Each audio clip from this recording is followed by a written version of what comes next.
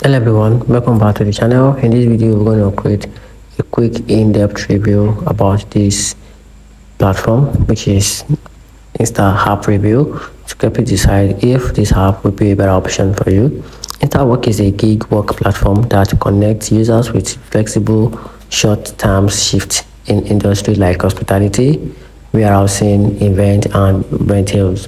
Available in major US cities, and the app allows workers to browse and book shifts, build their reputation, and also earn between $15 to $30 per hour depending on the roles and location.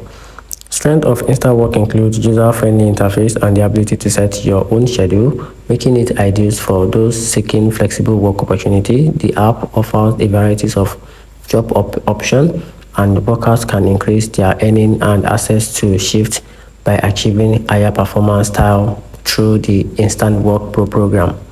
However, there are notable weaknesses. Some users have reported issues with customer support, including difficulties in reaching a live agent and delay in resolving disputes.